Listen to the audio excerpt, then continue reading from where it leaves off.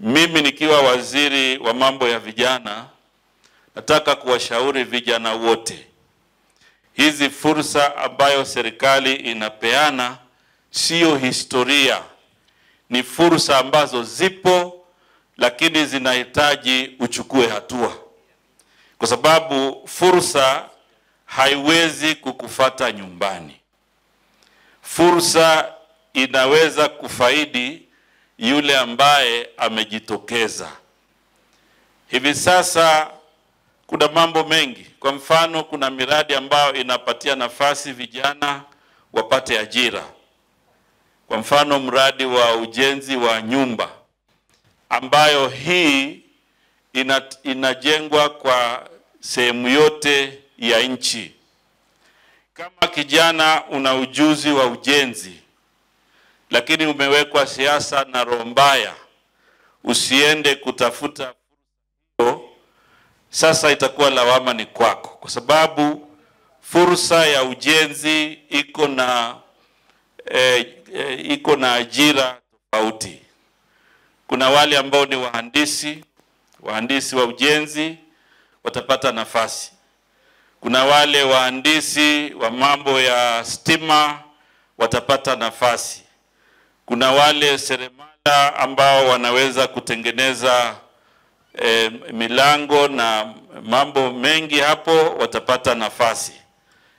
Lakini kwa sababu saa ingine watu wanasikiza zaidi habari mbaya, saa zingine watu wanabobea sana kuweka masikio yao katika umbea na fitina. Unapata kwamba fursa kama hizo zimeingizwa siasa ambayo inavunja moyo watu wengine.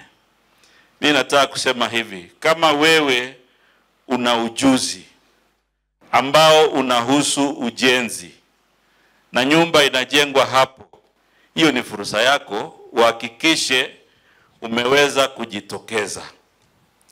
Haya mambo ya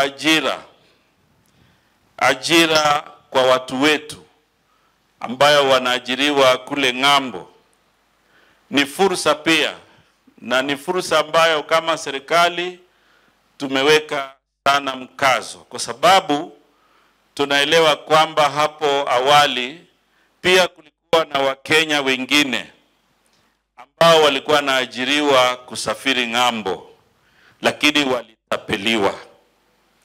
Na ndio maana katika wizara ya mambo ya leba ambayo inaongozwa na kijana wa sehemu hizi Alfred Mutua, imeweka kipaumbele kuhakikisha kwanza wanaratibu huo mpango ili vijana na wale wanapata ajira ng'ambo wasiweze kutapeliwa.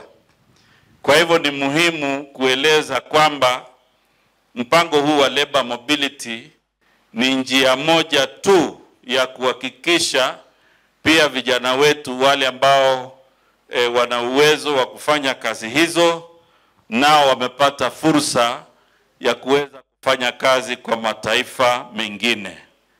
Na kwa sababu ni mpango wa serikali, tumekuwa na mikutano mingi na Mheshimiwa Rais amefanya mikutano mingi na marais wa nchi zingine za ng'ambo ili kuhakikisha wale wa Kenya ambao wanaenda kufanya kazi katika hizo sehemu, maslahi yao, haki zao zimeweza kushughulikiwa na kulindwa vilivyo. Lakini tunaelewa kwa sababu ni mpango ambao ni wa umma, lazima kuna wengine hawawezi kuangalia jambo zuri, wanaangalia mwanya wa lawama. Kwa hivyo mimi tunawahusia vijana, ni fursa yenu. Kwanza, kuwa kijana peke yake ni fursa, kwa sababu hauwezi kuwa kijana kwa muda wote. Unakuwa kijana kwa muda mfupi tu,